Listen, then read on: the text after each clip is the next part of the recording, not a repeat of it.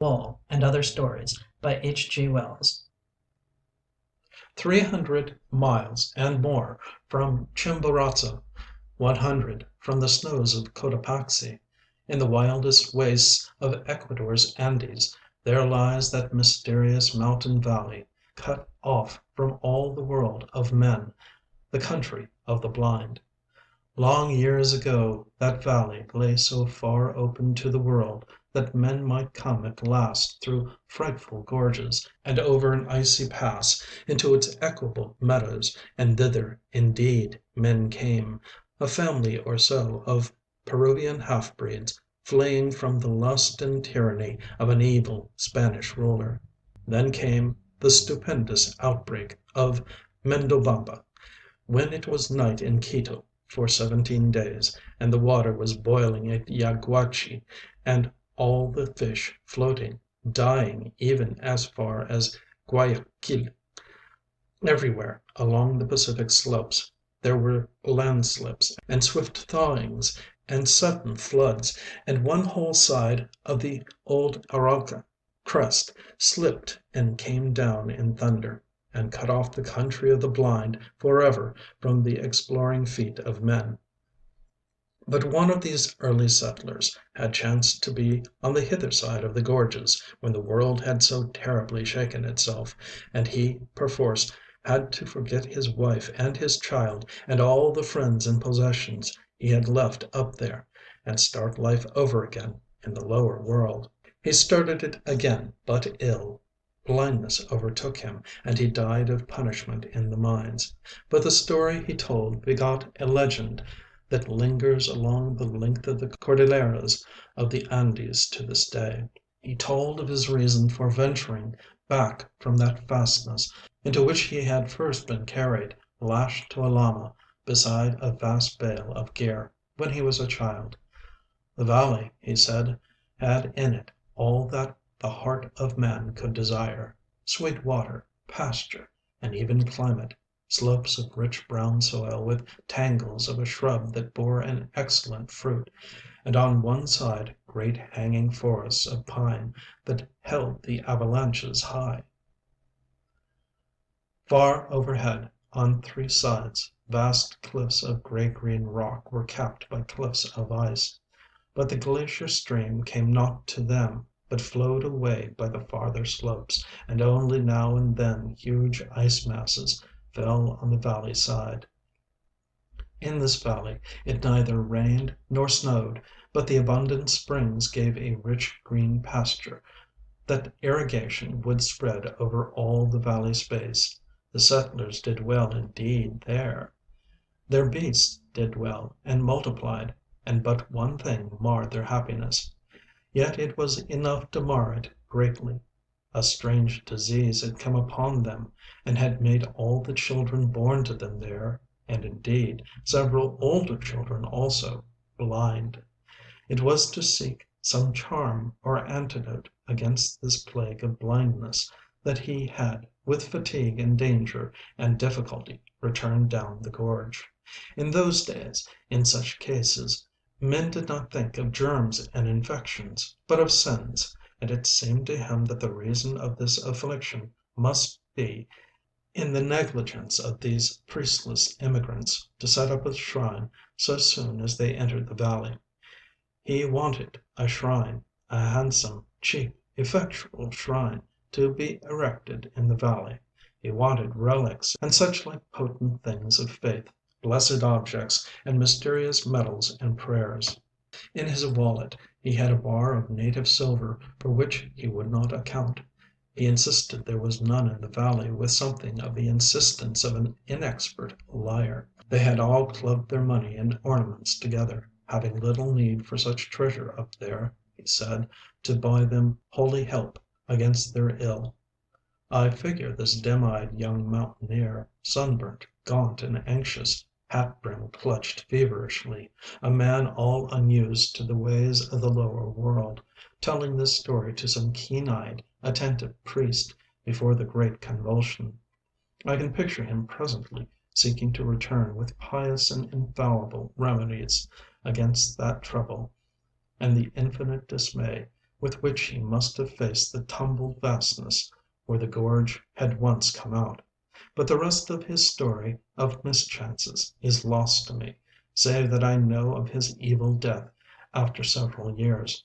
Poor stray from that remoteness! The stream that had once made the gorge now bursts from the mouth of a rocky cave, and the legend is poor ill-told stories set going, developed into the legend of a race of blind men, somewhere "over there," one may still hear to-day. And amidst the little population of that now isolated and forgotten valley, the disease ran its course. The old became groping, the young saw but dimly, and the children that were born to them never saw at all. But life was very easy in that snow-rimmed basin, lost to all the world, with neither thorns nor briars, with no evil insects nor any beasts save the gentle breed of llamas they had lugged and thrust and followed up the beds of the shrunken rivers in the gorges up which they had come. The seeing had become purblind so gradually that they scarcely noticed their loss.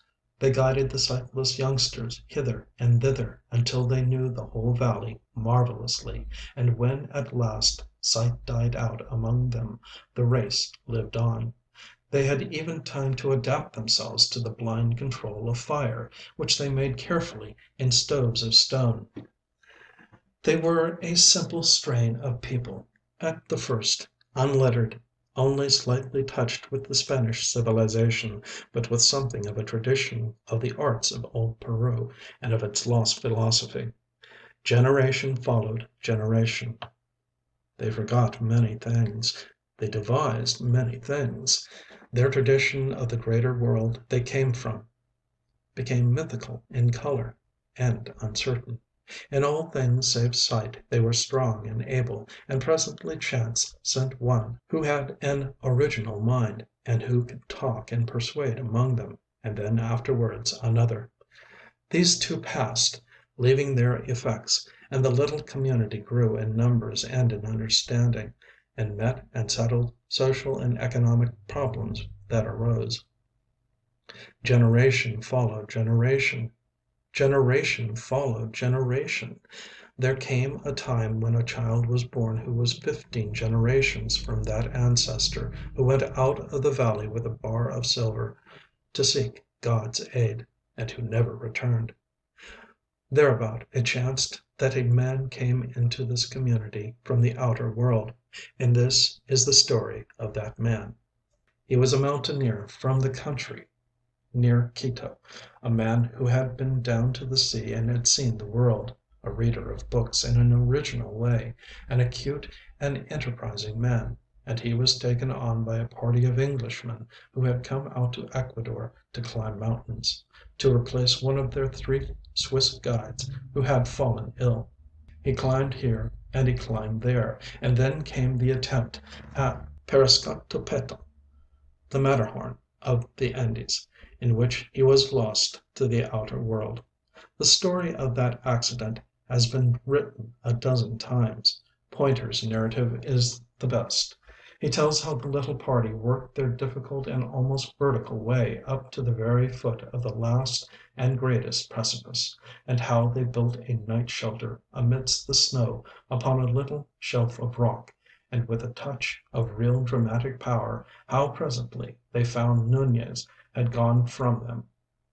They shouted, and there was no reply, shouted and whistled, and for the rest of that night they slept no more.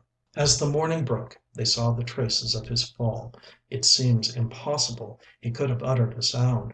He had slipped eastward towards the unknown side of the mountain.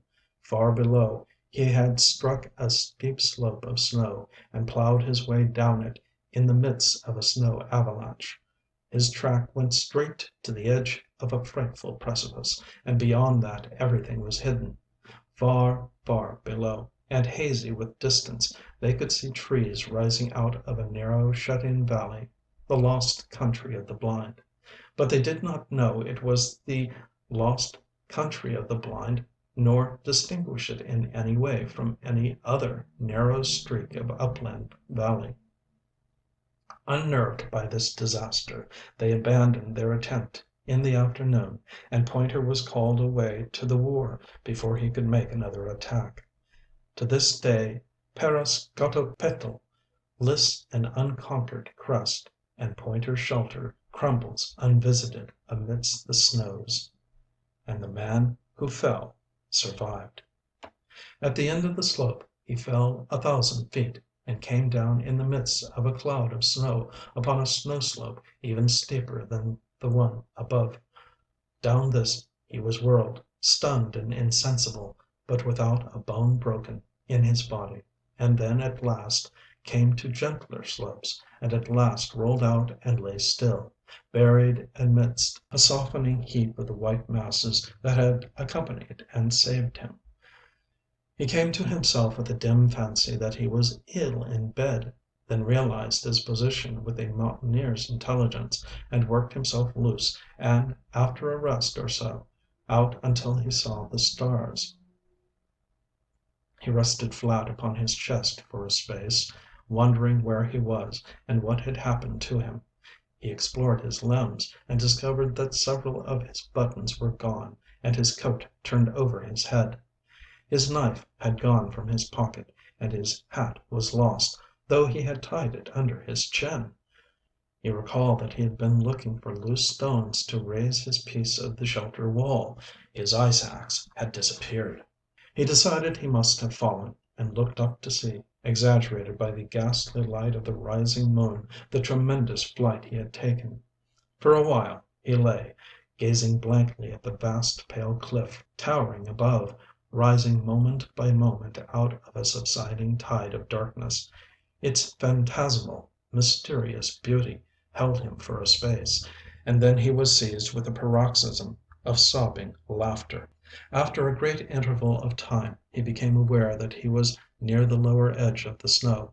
Below, down what was now a moonlit and practicable slope, he saw the dark and broken appearance of rock-strewn turf. He struggled to his feet, aching in every joint and limb, got down painfully from the heaped loose snow about him, went downward until he was on the turf, and there dropped rather than lay beside a boulder, drank deep from the flask in his inner pocket, and instantly fell asleep. He was awakened by the singing of birds in the trees far below. He sat up and perceived he was on a little alp at the foot of a vast precipice that sloped only a little in the gully down which he and his snow had come. Over against him another wall of rock reared itself against the sky. The gorge between these precipices ran east and west and was full of the morning sunlight, which lit to the westward the mass of fallen mountain that closed the descending gorge. Below him it seemed there was a precipice equally steep, but behind the snow in the gully he found a sort of chimney cleft dripping with snow water, down which a desperate man might venture. He found it easier than it seemed, and came at last to another desolate alp, and then, after a rock climb of no particular difficulty, to a steep slope of trees. He took his bearings and turned his face up the gorge, for he saw it opened out above upon green meadows, among which he now glimpsed quite distinctly a cluster of stone huts of unfamiliar fashion. At times his progress was like clambering along the face of a wall, and after a time the rising sun ceased to strike along the gorge, the voices of the singing birds died away, and the air grew cold and dark about him. But the distant valley with its houses was all the brighter for that. He came presently to talus, and among the rocks he noted, for he was an observant man, an unfamiliar fern that seemed to clutch out of the crevices with intense green hands. He picked a frond or so and gnawed its stalk, and found it helpful.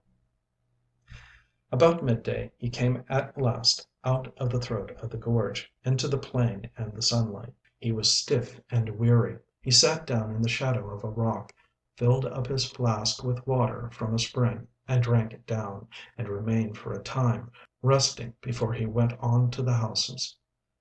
They were very strange to his eyes, and indeed the whole aspect of that valley became, as he regarded it, queerer and more unfamiliar. The greater part of its surface was lush green meadow, starred with many beautiful flowers, irrigated with extraordinary care, and bearing evidence of systematic cropping, piece by piece. High up and ringing the valley about was a wall, and what appeared to be a circumferential water channel, from which the little trickles of water that fed the meadow plants came, and on the higher slopes above this flocks of llamas cropped the scanty herbage. Sheds, apparently shelters or feeding places for the llamas, stood against the boundary wall here and there. The irrigation streams ran together into a main channel down the center of the valley, and this was enclosed on either side by a wall breast high.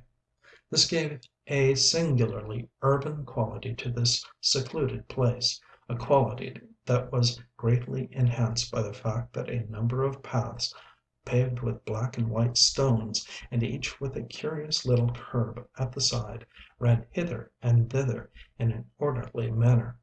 The houses of the central village were quite unlike the casual and higgledy-piggledy agglomeration of the mountain villages he knew. They stood in a continuous row on either side of a central street of astonishing cleanness. Here and there their parti-colored facade was pierced by a door, and not a solitary window broke their even frontage. They were parti-colored with extraordinary irregularity, smeared with a sort of plaster that was sometimes gray, sometimes drab, sometimes slate-colored or dark brown. And it was the sight of this wild plastering first brought the word blind into the thoughts of the explorer. The good man who did that, he thought, must have been as blind as a bat. He descended a steep place, and so came to the wall and channel that ran about the valley, near where the latter spouted out its surplus contents into the deeps of the gorge in a thin and wavering thread of cascade. He could now see a number of men and women resting on piled heaps of grass, as if taking a siesta, in the remoter part of the meadow, and nearer the village a number of recumbent children. And then, nearer at hand, three men carrying pails on yokes along a little path that ran from the encircling wall towards the houses. These latter were clad in garments of llama cloth and boots and belts of leather. They wore caps of cloth with back and ear flaps. They followed one another in single file, walking slowly and yawning as they walked, like men who have been up all night. There was something so reassuringly prosperous and respectable in their bearing, that after a moment's hesitation Nunez stood forward as conspicuously as possible upon his rock, and gave vent to a mighty shout that echoed round the valley. The three men stopped and moved their heads as though they were looking about them. They turned their faces this way and that, and Nunez gesticulated with freedom. But they did not appear to see him for all his gestures, and after a time, directing themselves towards the mountains far away to the right, they shouted as if in answer. Nunez bawled again, and then once more, as he gestured ineffectually, the word blind came up to the top of his thoughts. "The fools must be blind," he said. When at last, after much shouting and wrath, Nunez crossed the stream by a little bridge, came through a gate in the wall, and approached them, he was sure that they were blind. He was sure that this was the country of the blind of which the legends told. Conviction had sprung upon him, and a sense of great and rather enviable adventure. The three stood side by side, not looking at him, but with their ears directed towards him, judging him by his unfamiliar steps. They stood close together, like men a little afraid, and he could see their eyelids closed and sunken, as though the very balls beneath had shrunk away. There was an expression near awe on their faces. "A man," one said in hardly recognizable Spanish. "A man it is, a man or a spirit, coming down from the rocks." But Nunez advanced with the confident steps of a youth who enters upon life. All the old stories of the Lost Valley and the country of the blind had come back to his mind, and through his thoughts ran this old proverb, as if it were a refrain. "In the country of the blind, the one-eyed man is king. In the country of the blind, the one-eyed man is king." and very civilly he gave them greeting. He talked to them and used his eyes. "Where does he come from, Brother Pedro?" asked one. "Down out of the rocks." "Over the mountains I come," said Nunez. "Out of the country, beyond there, where men can see. From near Bogota, where there are 100,000 of people, and where the city passes out of sight." "Sight?" muttered Pedro. "Sight?" "He comes," said the second blind man, "out of the rocks." The cloth of their coats, Nunez saw, was curious fashioned, each with a different sort of stitching. They startled him by a simultaneous movement towards him, each with a hand outstretched. He stepped back from the advance of the spread fingers. "Come hither," said the third blind man, following his motion and clutching him neatly. And they held Nunez and felt him over, saying no word further until they had done so. "Carefully," he cried, with a finger in his eye, and found they thought that organ, with its fluttering lids, a queer thing in him. They went over it again. "A strange creature, Correa," said the one called Pedro. "Feel the coarseness of his hair, like a llama's hair." "Rough he is as the rocks that begot him," said Correa, investigating Nunez's unshaven chin with a soft and slightly moist hand. "Perhaps he will grow finer." Nunez struggled a little under their examination, but they gripped him firm. "Carefully," he said again. "He speaks," said the third man. "Certainly he is a man." "Ugh!" said Pedro, at the roughness of his coat. "And you have come into the world?" asked Pedro. "Out of the world. Over mountains and glaciers, right over, above there, halfway to the sun. Out of the great big world that goes down 12 days' journey to the sea." They scarcely seemed to heed him. "Our fathers have told us men may be made by the forces of nature," said Correa. "It is the warmth of things, and moisture, and rottenness. Rottenness." "Let us lead him to the elders," said Pedro.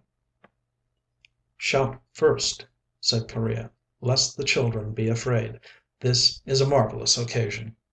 So they shouted, and Pedro went first and took Nunez by the hand to lead him to the houses. He drew his hand away. "I can see," he said. "See?" said Correa. "Yes, see," said Nunez, turning towards him, and stumbled against Pedro's pail. "His senses are still imperfect," said the third blind man. "He stumbles and talks unmeaning words. Lead him by the hand." "As you will," said Nunez, and was led along laughing. It seemed they knew nothing of sight. Well, all in good time, he would teach them. He heard people shouting, and saw a number of figures gathering together in the middle roadway of the village. He found it tax his nerve and patience more than he had anticipated, that first encounter with the population of the country of the blind. The place seemed larger as he drew nearer to it, and the smeared plasterings queerer, and a crowd of children and men and women.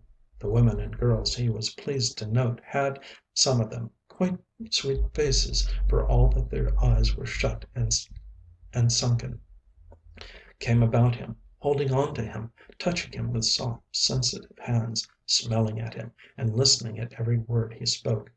Some of the maidens and children, however, kept aloof, as if afraid, and indeed his voice seemed coarse and rude beside their softer notes. They mobbed him. His three guides kept close to him with an effect of proprietorship, and said again and again, "A wild man out of the rocks." "Bogota," he said, "Bogota, over the mountain crests." "A wild man using wild words," said Pedro. "Did you hear that? Bogota? His mind has hardly formed yet. He has only the beginnings of speech." A little boy nipped his hand. "Bogota," he said mockingly. "I, a city to your village. I come from the great world where men have eyes and see." "His name's Bogota," they said. "He stumbled," said Correa, "stumbled twice as we came hither." "Bring him in to the elders." and they thrust him suddenly through a doorway into a room as black as pitch, save at the end where faintly glowed a fire. The crowd closed in behind him and shut out all but the faintest glimmer of day, and before he could arrest himself he had fallen headlong over the feet of a seated man. His arm, outflung, struck the face of some one else as he went down. He felt the soft impact of features and heard a cry of anger, and for a moment he struggled against a number of hands that clutched him. It was a one-sided fight. An inkling of the situation came to him and he lay quiet. "I fell down," he said. "I couldn't see in this pitchy darkness." There was a pause as if the unseen persons about him tried to understand his words. Then the voice of Correa said, "He is but newly formed. He stumbles as he walks, and mingles words that mean nothing with his speech." Others also said things about him that he heard or understood imperfectly. "May I sit up?" he asked in a pause. "I will not struggle against you again." They consulted and let him rise. The voice of an older man began to question him, and Nunez found himself trying to explain the great world out of which he had fallen, and the sky and mountains and such like marvels, to these elders who sat in darkness in the country of the blind.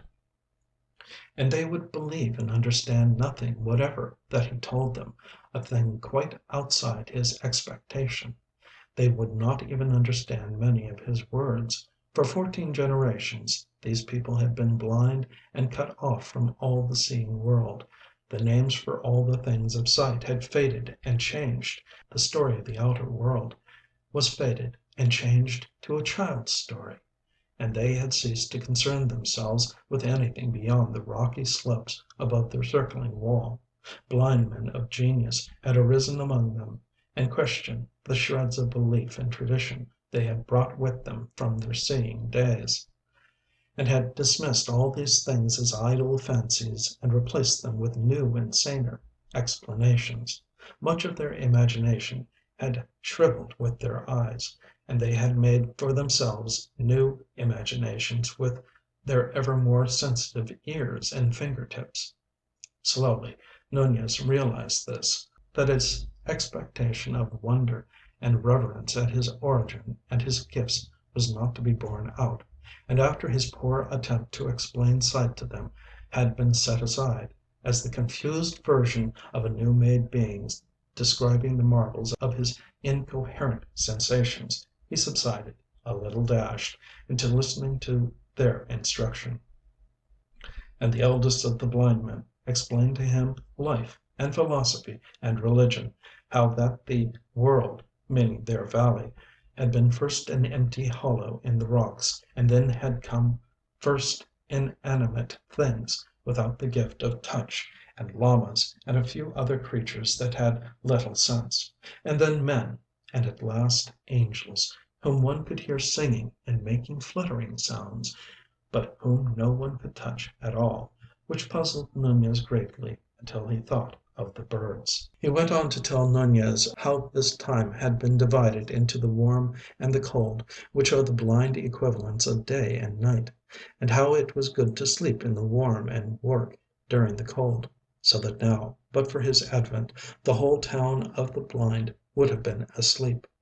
He said Nunez must have been specially created to learn and serve the wisdom they had acquired, and that for all his mental incoherency and stumbling behavior, he must have courage and do his best to learn, and at that all the people in the doorway murmured encouragingly. He said the night, for the blind called their day night, was now far gone, and it behooved everyone to go back to sleep. He asked Nunez if he knew how to sleep, and Nunez said he did, but that before sleep he wanted food.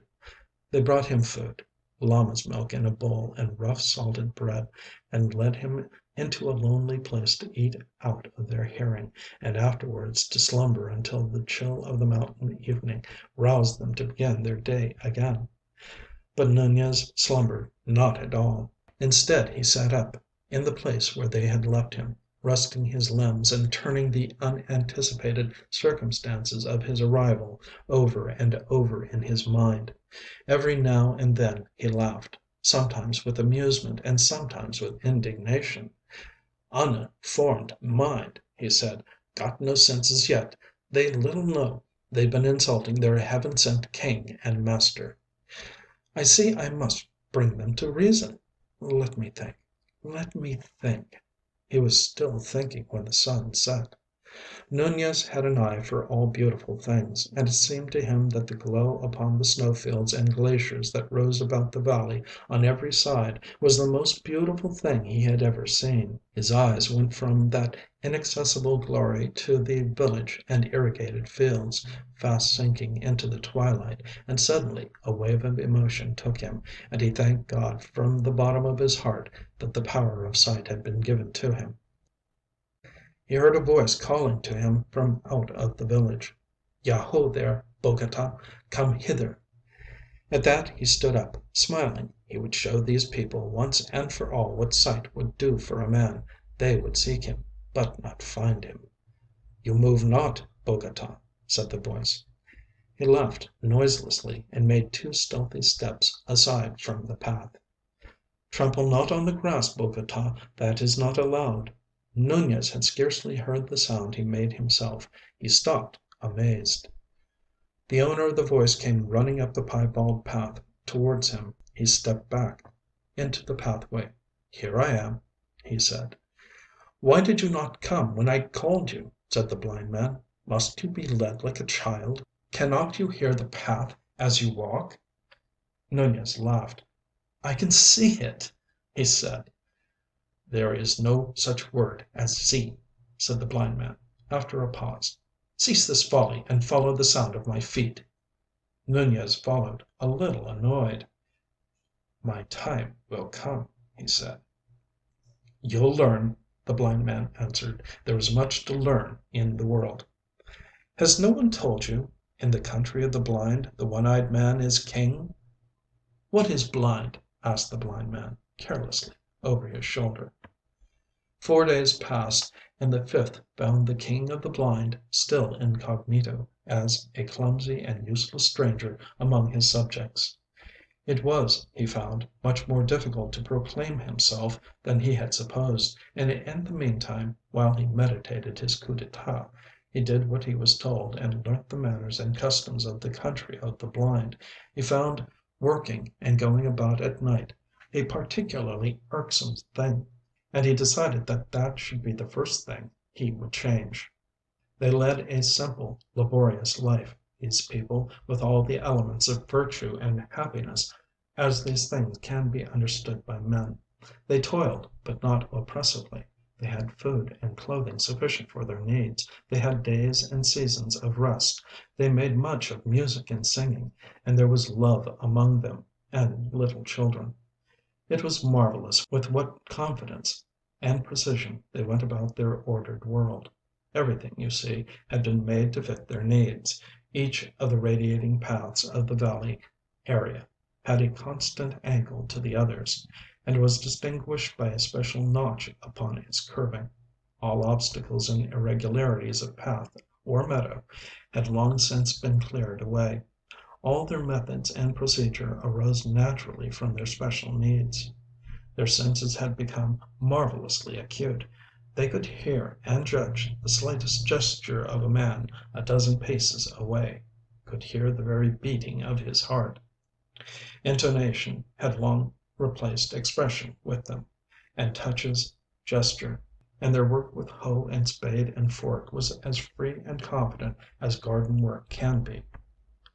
Their sense of smell was extraordinarily fine. They could distinguish individual differences as readily as a dog can, and they went about the tending of llamas, who lived among the rocks above and came to the wall for food and shelter, with ease and confidence. It was only when at last Nunez sought to assert himself that he found how easy and confident their movements could be. He rebelled only after he had tried persuasion. He tried it first on several occasions to tell them of sight. "Look here, you people," he said, "there are things you do not understand in me." Once or twice one or two of them attended to him. They sat with faces downcast and ears turned intelligently towards him, and he did his best to tell them what it was to see. Among his hearers was a girl, with eyelids less red and sunken than the others, so that one could almost fancy she was hiding eyes, whom especially he hoped to persuade. He spoke of the beauties of sight, of watching the mountains, of the sky and the sunrise, and they heard him with amused incredulity that presently became condemnatory. They told him there were indeed no mountains at all, but that the end of the rocks where the llamas grazed was indeed the end of the world.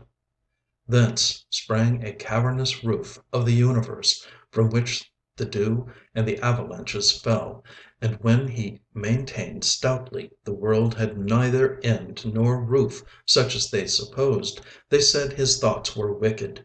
So far as he could describe sky and clouds and stars to them, it seemed to them a hideous void, a terrible blankness in the place of the smooth roof to things in which they believed. It was an article of faith with them that the cavern roof was exquisitely smooth to the touch. He saw that in some manner he shocked them, and gave up that aspect of the matter altogether, and tried to show them the practical value of sight. One morning he saw Pedro in the path called 17, and coming towards the central houses, but still too far off for hearing or scent, and he told them as much. In a little while, he prophesied, Pedro will be here. An old man remarked that Pedro had no business on path 17, and then, as if in confirmation, that individual as he drew near turned and went transversely into path 10, and so back with nimble paces towards the outer wall.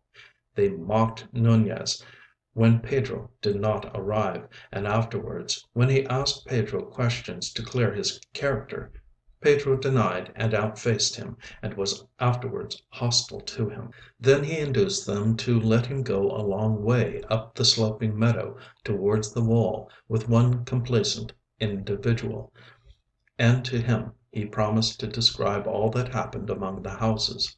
He noted certain goings and comings, but the things that really seemed to signify to these people happened inside of or behind the windowless houses, the only things they took note of to test him by, and of those he could see or tell nothing, and it was after the failure of this attempt, and the ridicule they could not repress, that he resorted to force. He thought of seizing a spade and suddenly smiting one or two of them to earth, and so in fair combat showing the advantage of eyes.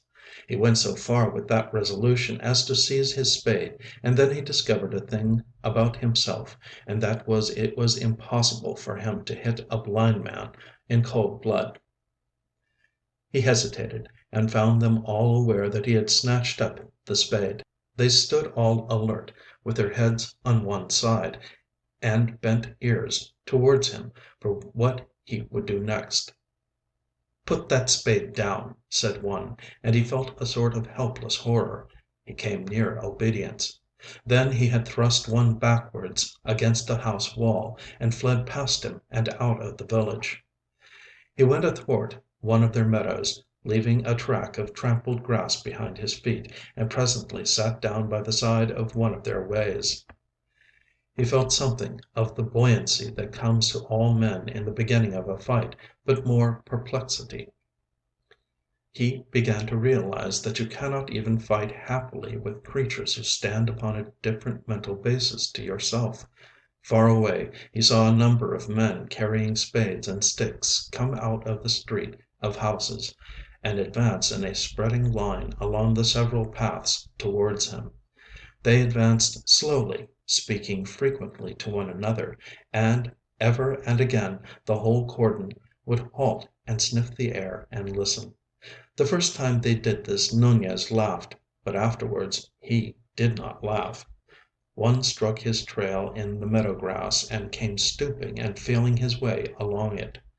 For 5 minutes he watched the slow extension of the cordon, and then his vague disposition to do something forthwith became frantic. He stood up, went a pace or so towards the circumferential wall, turned, and went back a little way. There they all stood in a crescent, still and listening. He also stood still, gripping his spade very tightly in both hands. Should he charge them?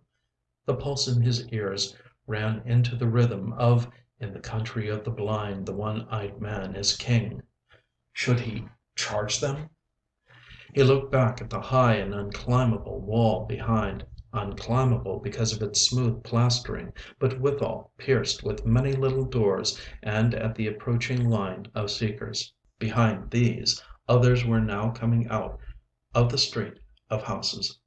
Should he charge them? "Bogota!" called one. "Bogota, where are you?" He gripped his spade still tighter and advanced down the meadows towards the place of habitations, and directly he moved they converged upon him. "I'll hit them if they touch me," he swore. "By heaven I will! I'll hit!" He called aloud, "Look here, I'm going to do what I like in this valley. Do you hear? I'm going to do what I like and go where I like." They were moving in upon him quickly, groping, yet moving rapidly. It was like playing blind man's buff with everyone blindfolded except one. "Get hold of him!" cried one. He found himself in the arc of a loose curve of pursuers. He felt suddenly he must be active and resolute.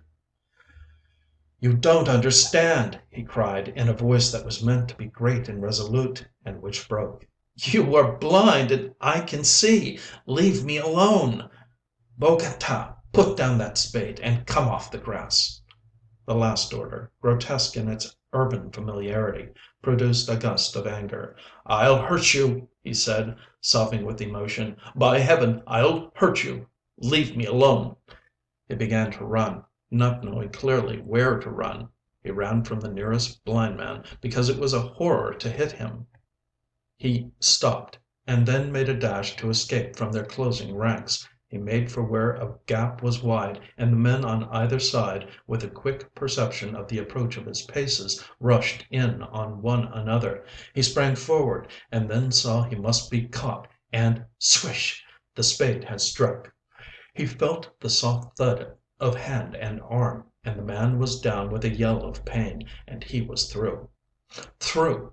And when he was close to the street of houses again, and blind men whirling spades and stakes were running with a reasoned swiftness hither and thither, he heard steps behind him just in time, and found a tall man rushing forward and swiping at the sound of him. He lost his nerve, hurled his spade a yard wide of this antagonist, and whirled about and fled, fairly yelling as he dodged another. He was panic-stricken. He ran furiously to and fro, dodging when there was no need to dodge, and, in his anxiety to see on every side of him at once, stumbling. For a moment he was down and they heard his fall. Far away in the circumferential wall a little doorway looked like heaven, and he set off in a wild rush for it. He did not even look round at his pursuers until it was gained, and he had stumbled across the bridge, clambered a little way among the rocks, to the surprise and dismay of a young llama, who went leaping out of sight, and lay down sobbing for breath. And so his coup d'etat came to an end. He stayed outside the wall of the Valley of the Blind for 2 nights and days, without food or shelter, and meditated upon the unexpected.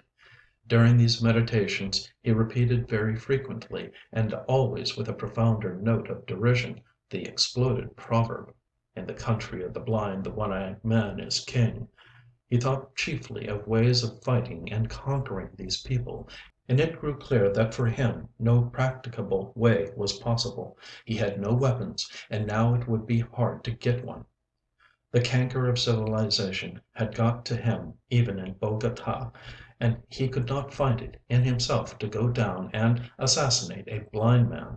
Of course, if he did that, he might then dictate terms on the threat of assassinating them all. But sooner or later he must sleep. He tried also to find food among the pine trees, to be comfortable under pine boughs, while the frost fell at night, and, with less confidence, to catch a llama by artifice in order to try to kill it, perhaps by hammering it with a stone, and so finally, perhaps, to eat some of it. But the llamas had a doubt of him, and regarded him with distrustful brown eyes, and spat when he drew near. Fear came on him the second day, and fits of shivering.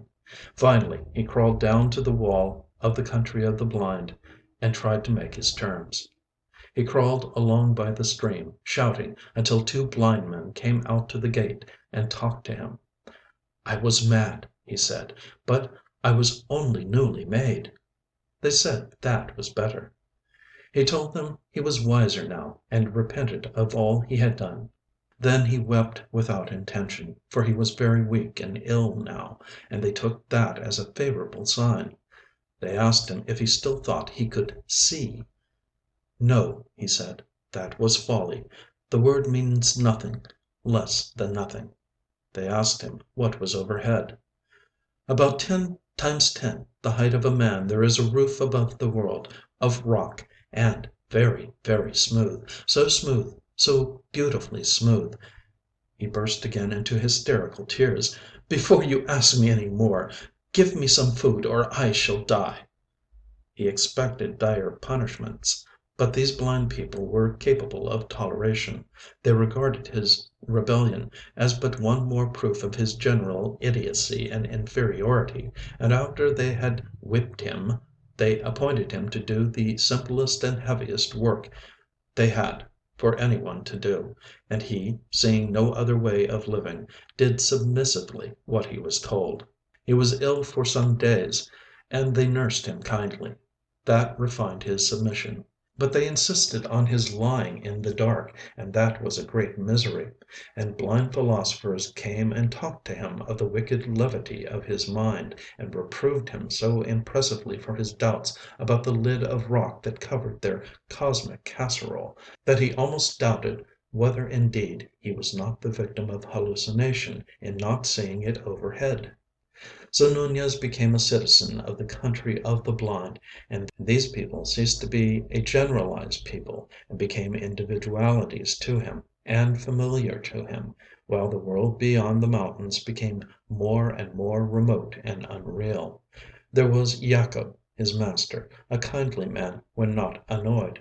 There was Pedro, Yacob's nephew, and there was Medina sarote, who was the youngest daughter of Yacob. She was little esteemed in the world of the blind, because she had a clear‐cut face and lacked that satisfying glossy smoothness that is the blind man's ideal of feminine beauty. But Nunez thought her beautiful at first, and presently the most beautiful thing in the whole creation.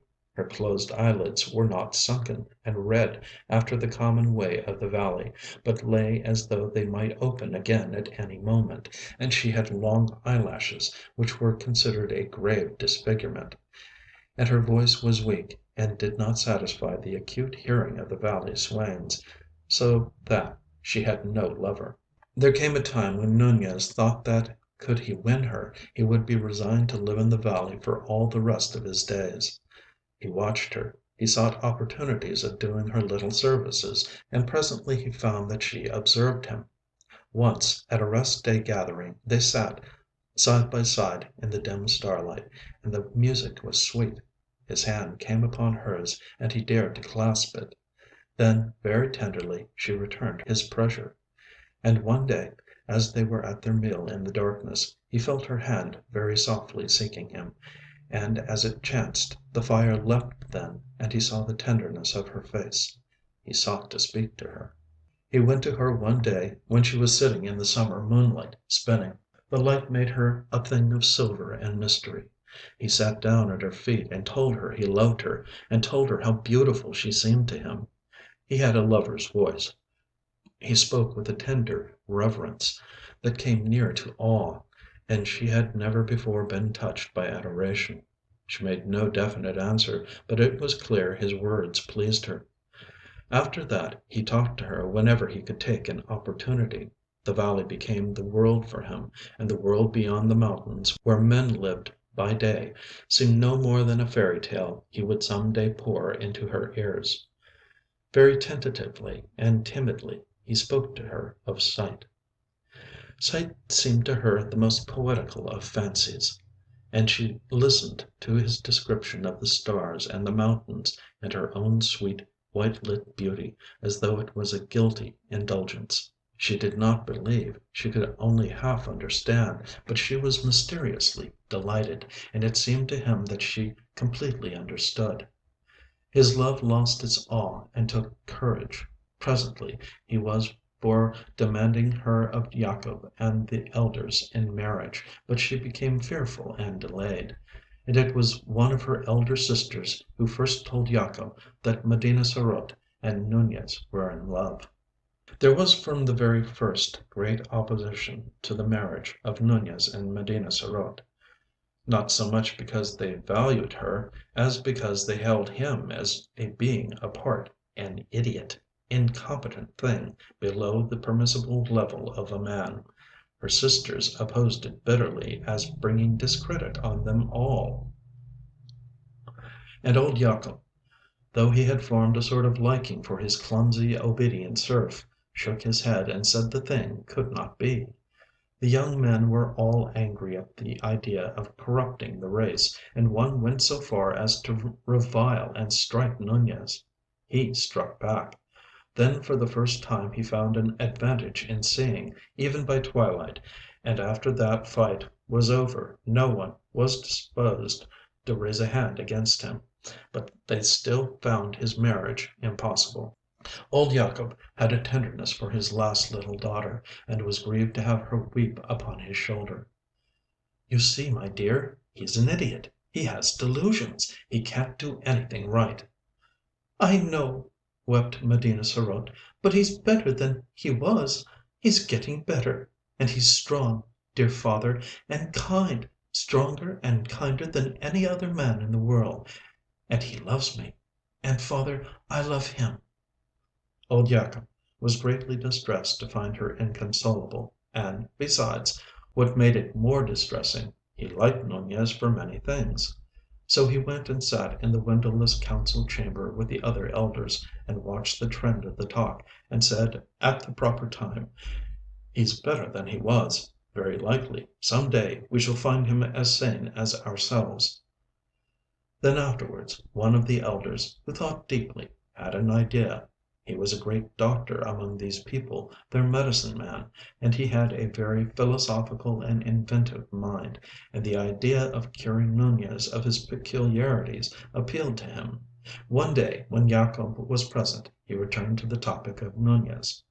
"I have examined Nunez," he said, "and the case is clear to me. I think very probably he might be cured." "This is what I have always hoped," said old Yacob. "His brain is affected," said the blind doctor. The elders murmured assent. "Now what affects it?" "Ah," said old Yacob. "This," said the doctor, answering his own question. "Those queer things that are called the eyes, and which exist to make an agreeable depression in the face, are diseased, in the case of Nunez, in such a way as to affect his brain. They are greatly distended. He has eyelashes, and his eyelids move, and consequently his brain is in a state of constant irritation and distraction." "Yes," said old Yacob, "yes. And I think I may say with reasonable certainty that, in order to cure him complete, all that we need to do is a simple and easy surgical operation, namely, to remove these irritant bodies." "And then he will be sane?" "Then he will be perfectly sane, and a quite admirable citizen." "Thank Heaven for science!" said old Yacob, and went forth at once to tell Nunez of his happy hopes. But Nunez's manner of receiving the good news struck him as being cold and disappointing. "One might think," he said, "from the tone you take that you did not care for my daughter." It was Medina sarote who persuaded Nunez to face the blind surgeons. "You do not want me," he said, "to lose my gift of sight?" She shook her head. "My world is sight." Her head drooped lower. There are the beautiful things, the beautiful little things, the flowers, the lichens amidst the rocks, the light and softness on a piece of fur, the far sky with its drifting dawn of clouds, the sunsets and the stars, and there is you. For you alone it is good to have sight, to see your sweet, serene face, your kindly lips, your dear, beautiful hands folded together. It is these eyes of mine you won, these eyes that hold me to you, that these idiots seek. Instead, I must touch you, hear you, and never see you again? I must come under that roof of rock and stone and darkness, that horrible roof under which your imaginations stoop. No, you would not have me do that. A disagreeable doubt had arisen in him. He stopped and left the thing a question. "I wish," she said, "sometimes." She paused. "Yes?" He said a little apprehensively. "I wish sometimes you would not talk like that." "Like what?" "I know it's pretty. It's your imagination. I love it. But now?" He felt cold. "Now," he said faintly. She sat quite still. "You mean, you think, I should be better? Better, perhaps?" He was realizing things very swiftly. He felt anger, perhaps, anger at the dull course of fate, but also sympathy for her lack of understanding, a sympathy near akin to pity. "Dear," he said, and he could see by her whiteness how tensely her spirit pressed against the things she could not say. He put his arms about her, he kissed her ear, and they sat for a time in silence. "If I were to consent to this?" he said at last, in a voice that was very gentle. She flung her arms about him, weeping wildly. "Oh, if you would!" she sobbed. "If only you would!" For a week before the operation that was to raise him from his servitude and inferiority to the level of a blind citizen, Nunez knew nothing of sleep, and all through the warm, sunlit hours, while the others slumbered happily, he sat brooding or wandered aimlessly, trying to bring his mind to bear on his dilemma. He had given his answer, he had given his consent, and still he was not sure. And at last work time was over, and the sun rose in splendor over the golden crests, and his last day of vision began for him. He had a few minutes with Medina sarote before she went apart to sleep. "Tomorrow," he said, "I shall see no more." "Dear heart," she answered, and pressed his hands with all her strength. "They will hurt you but little," she said, "and you are going through this pain, you are going through it, dear lover, for me. Dear, if a woman's heart and life can do it, I will repay you, my dearest one, my dearest with the tender voice, I will repay." He was drenched in pity for himself and her. He held her in his arms and pressed his lips to hers and looked on her sweet face for the last time. "Good bye," he whispered to that dear sight. "Good bye." And then in silence he turned away from her. She could hear his slow, retreating footsteps, and something in the rhythm of them threw her into a passion of weeping. He walked away. He had fully meant to go to a lonely place where the meadows were beautiful with white narcissus, and there remain until the hour of his sacrifice should come. But as he walked, he lifted up his eyes and saw the morning like an angel in golden armor, marching down the steeps. It seemed to him that before this splendor he and this blind world in the valley and his love and all were no more than a pit of sin. He did not turn aside as he had meant to do, but went on and passed through the wall of the circumference and out upon the rocks, and his eyes were always upon the sunlit ice and snow. He saw their infinite beauty, and his imagination soared over them to the things beyond he was now to resign for ever. He thought of that great, free world that he was parted from, the world that was his own, and he had a vision of those further slopes, distance beyond distance, with Bogota, a place of multitudinous stirring beauty, a glory by day, a luminous mystery by night, a place of palaces and fountains and statues and white houses lying beautifully in the middle distance. He thought how for a day or so one might come down through passes drawing ever nearer and nearer to its busy streets and ways. He thought of the river journey, day by day, from great Bogota to the still vaster world beyond, through towns and villages, forest and desert places, the rushing river day by day, until its banks receded and the big steamers came splashing by, and one had reached the sea, the limitless sea, with its thousand islands, its thousands of islands, and its ships seen dimly, far away, in their incessant journeyings round and about that greater world. And there, unpent by mountains, one saw the sky not such a disk as one sought here, but an arch of immeasurable blue, a deep of deeps in which the circling stars were floating. His eyes began to scrutinize the great curtain of the mountains with a keener inquiry. For example, if one went so, up that gully and to that chimney there, then one might come out high among those stunted pines that ran round in a sort of shelf and rose still higher and higher as it passed above the gorge. And then? That talus might be managed. Thence perhaps a climb might be found to take him up to the precipice that came below the snow, and if that chimney failed, then another farther to the east might serve his purpose better. And then? Then one would be out upon the amber lit snow there, and halfway up the crest of those beautiful desolations. And suppose one had good fortune? He glanced back at the village, then turned right round and regarded it with folded arms. He thought of Medina sarote, and she had become small and remote. He turned again towards the mountain wall, down which the day had come to him. Then very circumspectly he began his climb. When sunset came he was no longer climbing, but he was far and high. His clothes were torn, his limbs were blood-stained, he was bruised in many places, but he lay as if he were at his ease, and there was a smile on his face. From where he rested the valley seemed as if it were in a pit and nearly a mile below. Already it was dim with haze and shadow, though the mountain summits around him were things of light and fire.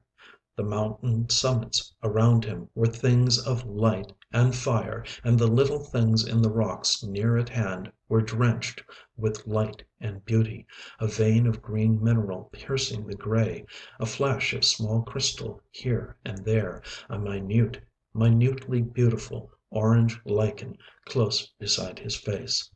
There were deep, mysterious shadows in the gorge, blue deepening into purple, and purple into a luminous darkness, and overhead was the illimitable vastness of the sky.